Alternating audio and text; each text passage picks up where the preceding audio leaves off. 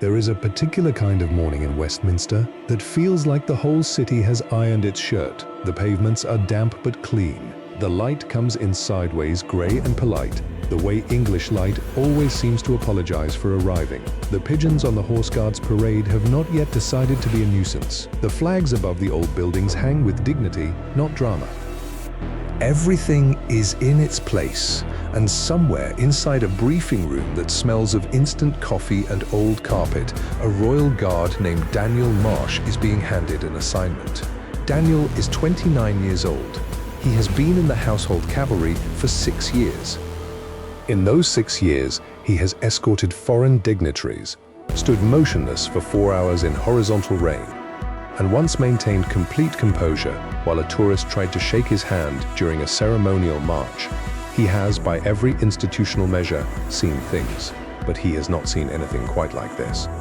The briefing is short, shorter than usual, which Daniel will later recognize as the first warning sign. His commanding officer, a man named Sergeant Whitmore, reads from a single printed sheet with the particular energy of someone who has been handed information he did not ask for and does not fully understand. "You'll be escorting Minister Raymond Holt," Whitmore says. "Full formal escort. Horse guards to the cabinet briefing room in the annex. Standard protocol."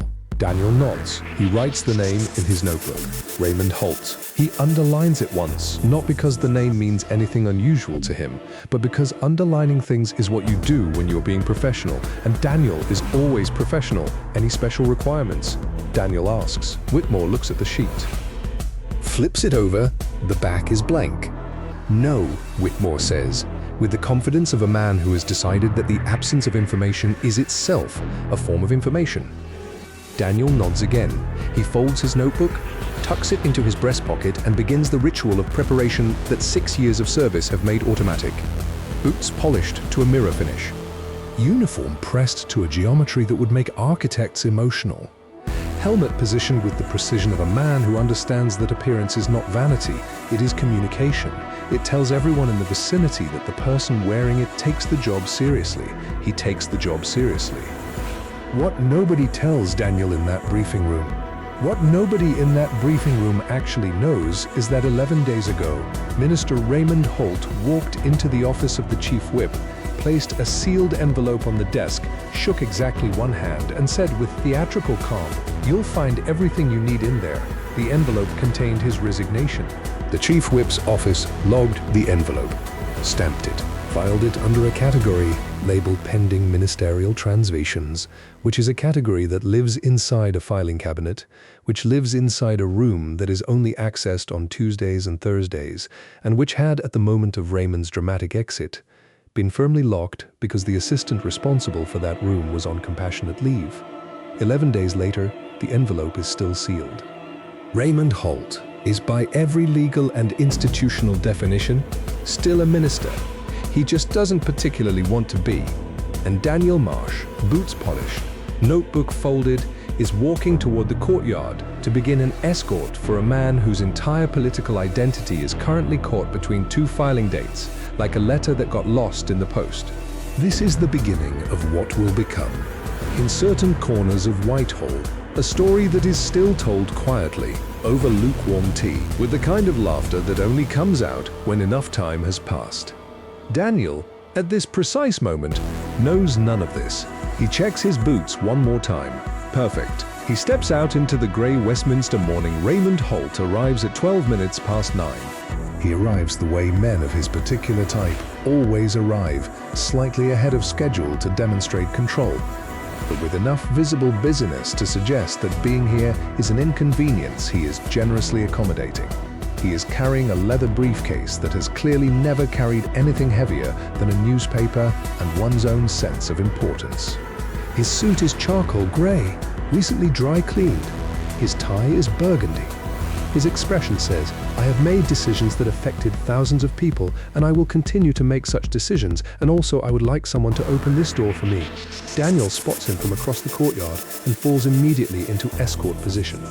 Left rear, standard spacing, pace synchronized. This is automatic. This is muscle memory. This is 6 years of doing the same thing until the body stops requiring instructions from the brain.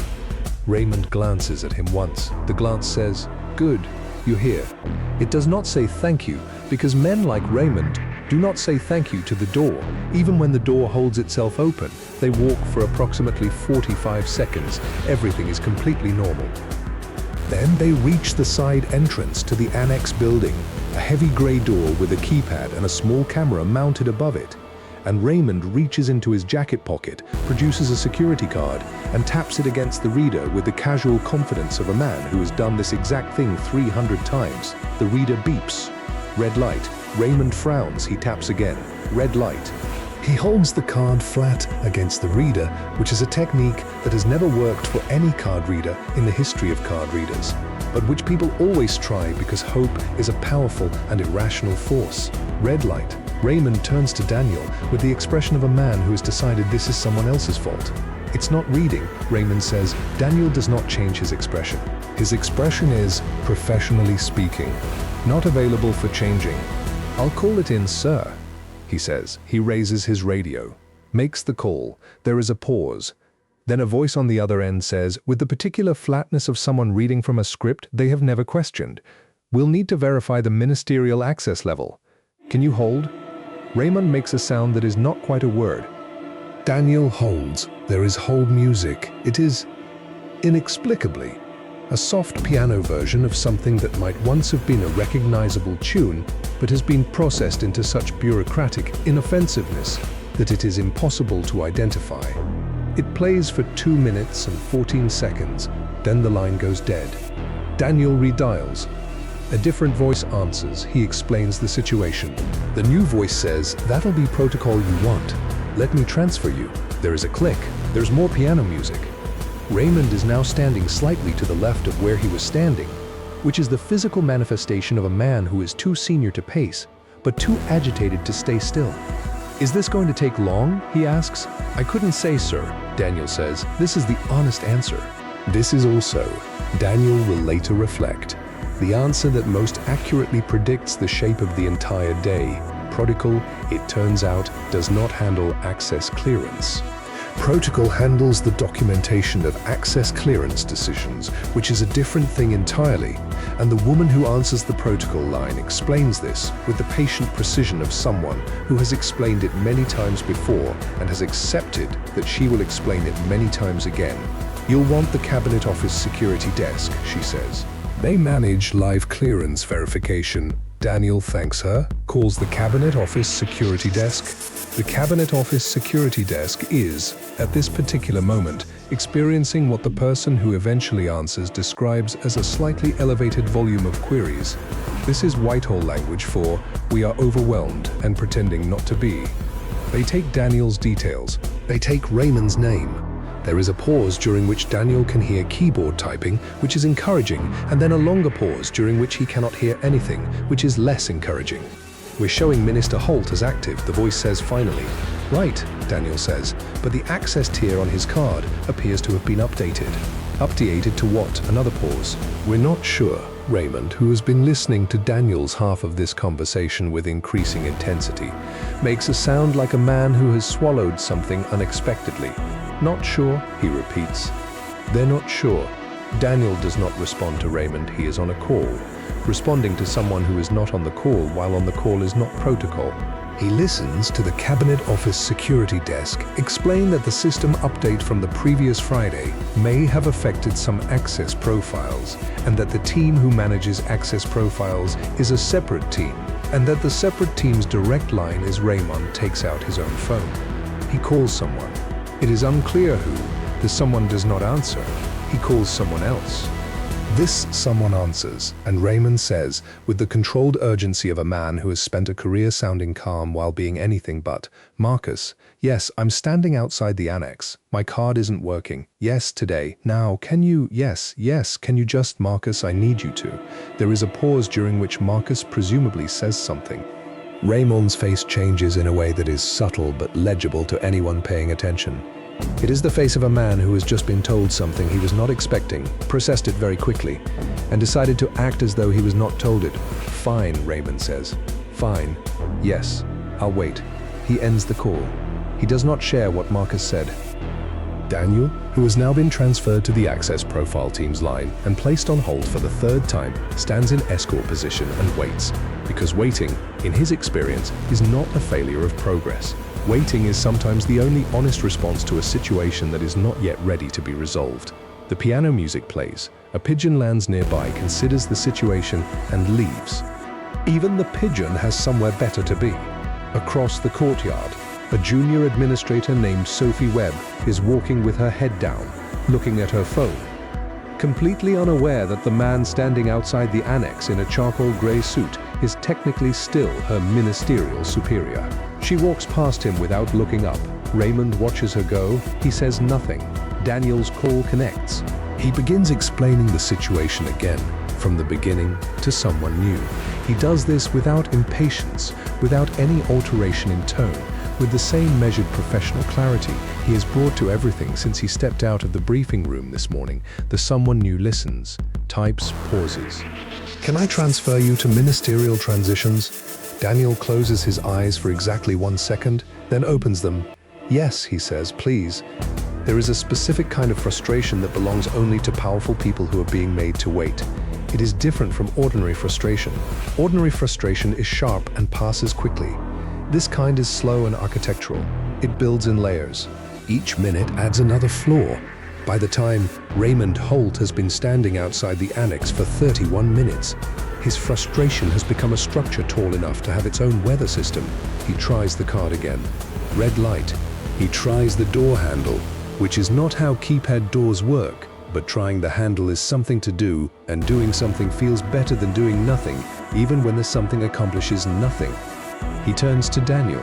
"You," he says. Daniel looks at him with the expression of a man who is fully present and offering nothing beyond presence.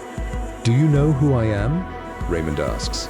This is a question that has, in the long history of people asking it, never once produced a useful result. It is a question that exists not to gather information, but to remind the person being asked that they are in the presence of someone who believes the answer should change things. "Minister Holt," Daniel says. "Yes, sir. Then you understand that I have a briefing."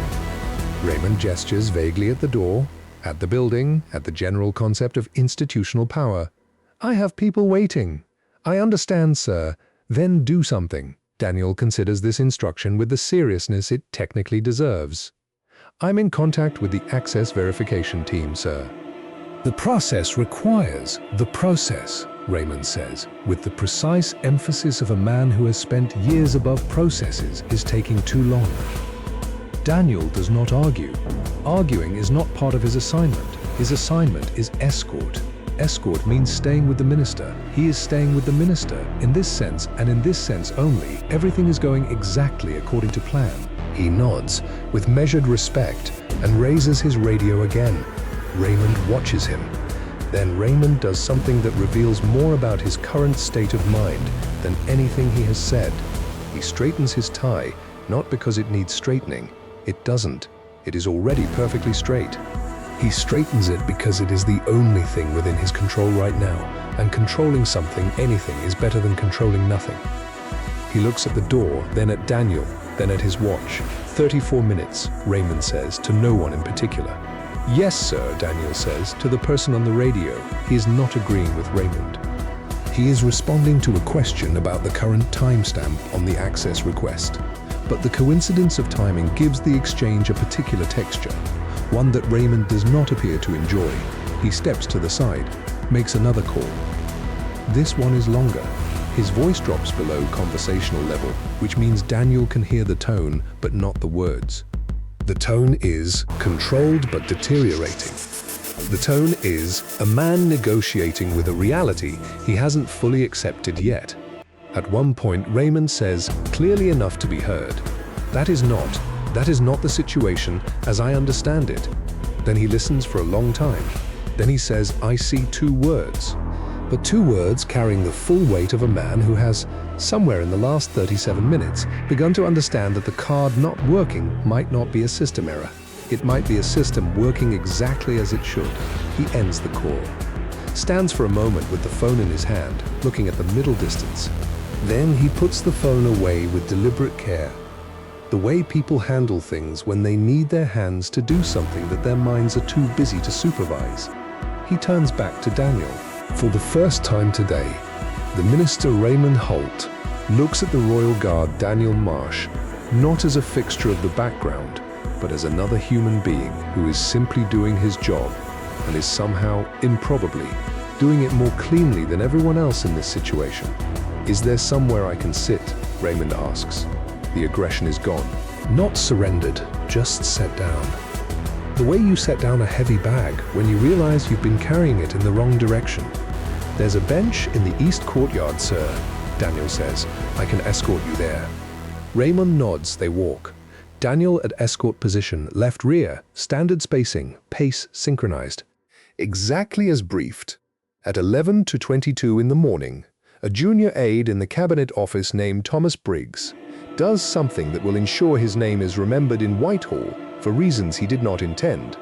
Thomas Briggs is 23 years old. He has been in the role for 4 months. He is conscientious, efficient, and possessed of the particular overconfidence of someone who has recently learned how to use the departmental email system and has not yet learned when not to use it. He is drafting an internal note about the day's access complications, a routine summary for the records, and he types it carefully, professionally, with appropriate use of bullet points. He addresses it to his line manager. He attaches the relevant reference numbers. He clicks send. He does not notice, until 4 seconds after clicking send, that he has also accidentally included in the recipient field an address that begins with press in queries, which is not an internal departmental inbox. It is the inbox shared with the parliamentary press gallery. For approximately 11 minutes, nothing happens. Then a journalist named Caroline Fitch, who covers Westminster for a national newspaper and who has developed over 15 years of political reporting, the particular sixth sense of someone who recognizes the smell of a story before she can see it clearly, reads Thomas Briggs' internal note and picks up her phone. She calls a source. The source calls a colleague. The colleague checks something on a database and says, with quiet excitement, "The resignation was never formally processed." He's technically still in post. Caroline Fitch closes her notebook, puts on her coat, and walks toward Horse Guards Parade with the calm, purposeful stride of a woman who knows exactly where she is going and why. She is not the only one.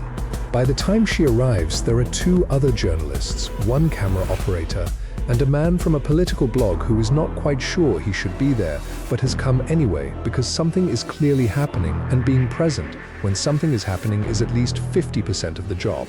They set up on the public side of the courtyard railing, cameras pointing toward the east bench where Raymond Holt is sitting, briefcase balanced on his knees, looking at his phone with the focused attention of a man pretending he is not aware of being looked at. Daniel stands at escort position, left rear, standard spacing. He is aware of the cameras. He does not react to the cameras. This is either the most dignified or the most surreal thing he has experienced in 6 years of service, and he has not yet decided which. He suspects it might be both simultaneously, which is something that is not covered in the training manual. Raymond becomes aware of the cameras approximately 90 seconds after they arrive. His head comes up slowly, with the controlled movement of a man who is deciding in real time what his face should be doing. He arrives at neutral. It is a creditable performance. A journalist calls out, "Minister Holt, can you confirm your current status?" Raymond says nothing. This is correct. Saying nothing to press in a situation you do not fully understand is almost always correct. But the silence has its own texture. It does not read from the other side of the railing as dignified restraint. It reads as a man who does not know the answer to the question, which is, in fairness, accurate. Inside the cabinet office, 3 floors up, 4 people are now on a conference call about a situation that began as an access card query and has become, in the space of 47 minutes, something that requires a conference call. The words optics and timeline and technically still active are being used in various combinations. Someone mentions precedent. Someone else mentions the relevant clause in the ministerial code. A third person asks whether the envelope has been opened yet, and there is a pause that suggests the answer is no. The assistant responsible for the filing room is still on compassionate leave. Her supervisor is trying to reach her by phone, Not to ask her to come in, but simply to ask where the key to the filing room is kept, because 3 people have now looked for a spare and found none, and the envelope that could resolve the entire situation is sitting inside a cabinet that nobody can currently open. This is not chaos. This is something quieter and more British than chaos. This is institutional momentum meeting, institutional inertia and producing, instead of a crash, a very long and very awkward pause. Outside, Daniel watches a camera operator reposition for a better angle. Raymond stands up from the bench. He does not look at the cameras, he looks at Daniel. His expression has moved past frustration, past humiliation, and arrived at something closer to rueful acceptance. The expression of a man who has spent his career making things happen and is currently the thing that is happening to someone else. "I suppose we're walking again," Raymond says. "If you'd like, sir," Daniel says. They begin walking a slow circuit of the courtyard. Daniel at escort position. Raymond with his briefcase and his burgundy tie and his carefully maintained composure. The cameras follow, the journalists take notes. A pigeon, the same one from earlier or possibly a different one, watches from the top of a railing post with the unreadable patience of something that has never needed a filing system. They complete the circuit, they begin another one. This is by any objective measure absurd. Daniel is aware that it is absurd. He does it anyway because his orders were escort, and escort is what he is doing. And the fact that the thing he is escorting has become a minor political spectacle does not change the fundamental nature of the assignment.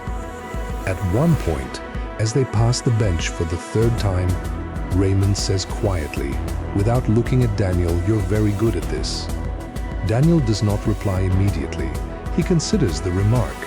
Then he says, "Thank you, sir. It is not clear what Raymond meant by this. It is not clear whether he meant the walking or the composure or the general act of continuing to function correctly inside a situation that has stopped functioning correctly around you, but Daniel accepts the compliment in the spirit he suspects it was intended. They keep walking. At 40:47 in the afternoon, a woman named Patricia Osei finds the spare key. Patricia is the deputy to the assistant who is on compassionate leave, which means she is the deputy to a person who is herself not senior, which places Patricia in a position of authority so theoretical it had not previously been articulated out loud.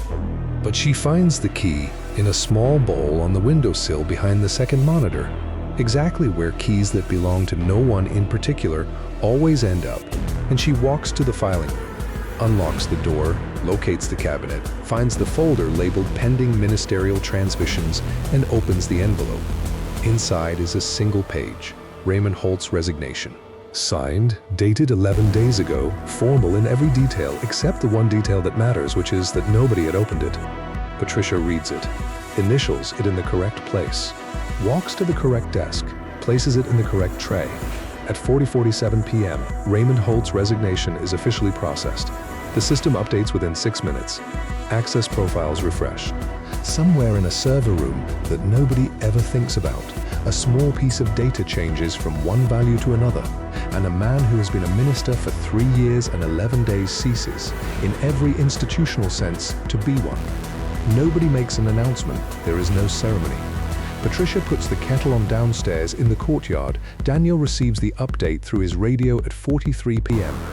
The message is brief, in the way that messages delivered through official channels always are when the situation they are resolving was more complicated than the message suggests. The escort duty is concluded. Minister Holt's access has been formally revoked. Thank you for your patience throughout the day. Daniel acknowledges the message. He finds Raymond Holt sitting on the east bench again. Raymond has, at some point in the afternoon, removed his jacket and folded it across the briefcase. He is sitting with his elbows on his knees. Looking at the cobblestones, he looks for the first time today like a man who is not performing anything for anyone. Daniel approaches, stands at a respectful distance. "Sir," he says, "I've been informed that the matter has been processed. Your escort duty is concluded." Raymond looks up. He looks at Daniel for a moment with an expression that is hard to categorize. It is somewhere between amusement and something more complicated. He nods slowly, the way people nod when they are accepting something that they have, at some level, been expecting for a while. right?" he says. "Yes." He picks up his jacket, stands, straightens his tie. And this time, Daniel notices the tie actually needs straightening. It has been a long day and things have shifted. Raymond extends his hand. Daniel shakes it, briefly, correctly, without ceremony. "I've had escorts before," Raymond says, "but never one like this." Daniel is not sure how to take this. He decides to take it as a compliment, because taking things as compliments when you are uncertain is almost always the better choice. "Safe travels, sir," he says. Raymond nods, picks up his briefcase, walks across the courtyard toward the street, past the railing where the journalist had been, which is now empty. They left around 3 o'clock, once it became clear that the story was going to resolve itself through paperwork rather than confrontation, which is rarely what anyone comes to film. Daniel watches him go. Raymond Holt, former minister, charcoal suit, burgundy tie, briefcase that has never carried anything heavy. He crosses the courtyard with the same confident bearing he had this morning. Slightly diminished, perhaps, or slightly different. Less performance in it, more person. He doesn't look back. Daniel Marsh stands at the edge of the courtyard. The grey Westminster afternoon has thickened into early evening. The light is doing that particular thing it does in this city, turning the old stone buildings a shade of amber that makes everything look briefly significant. The flags are still. The pigeons have arranged themselves on various ledges and architectural features, with the contentment of creatures for whom none of today's events were relevant. Daniel closes his notebook. He had opened it this morning when Raymond's name was given to him and had underlined it once and had since recorded the times of each transfer, each hold, each failed access attempt, each circuit of the courtyard with the careful legibility of someone who understands that records are not just bureaucracy. They are the proof that something happened. He puts the notebook in his breast pocket. He does not radio in immediately.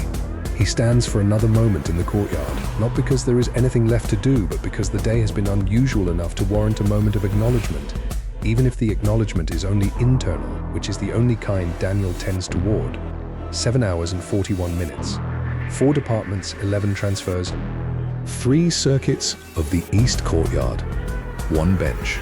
1 camera crew. 1 envelope that took 11 days to open, and in the middle of all of it, 1 guard, doing his job. Exactly as assigned, without complaint, without confusion, without any deviation from what the assignment required. He raises his radio reports, in duty complete. He returns to his post. Later, in a tea room, 2 floors above the courtyard, the story begins its life as a Whitehall anecdote. These things always do. The genuinely strange days become the stories that circulate over years, picked up by new staff, deposited in the memories of people who weren't there, growing slightly in the telling, but never losing their essential shape. Thomas Briggs, who sent the email, will spend several weeks being gently teased about it before the whole thing is absorbed into institutional memory and forgotten by everyone, except Thomas, who will remember it for the rest of his career. Patricia Osei will be given, in a quiet act of institutional gratitude, a slightly better filing cabinet in a slightly more accessible location, which is the Whitehall equivalent of a standing ovation. Raymond Holt will be written about twice more in newspapers over the following months, in pieces about the transition of power, and in neither piece will the incident at the annex door be mentioned, because it was resolved, and resolved things are only interesting to the people who lived through them. Caroline Fitch will publish a short piece about the administrative gap in ministerial transition procedures. It will generate moderate interest and prompt a review that will recommend a change that will be implemented 18 months later and will, in practice, change very little. And Daniel Marsh will be mentioned in the incident report in 1 sentence: escort officer, maintained protocol throughout duration of assignment. 1 sentence, which is, when you consider what the day actually contained, either a masterpiece of understatement or a perfectly accurate summary, depending on how you look at it. The job was to escort. He escorted the paperwork, caught up eventually.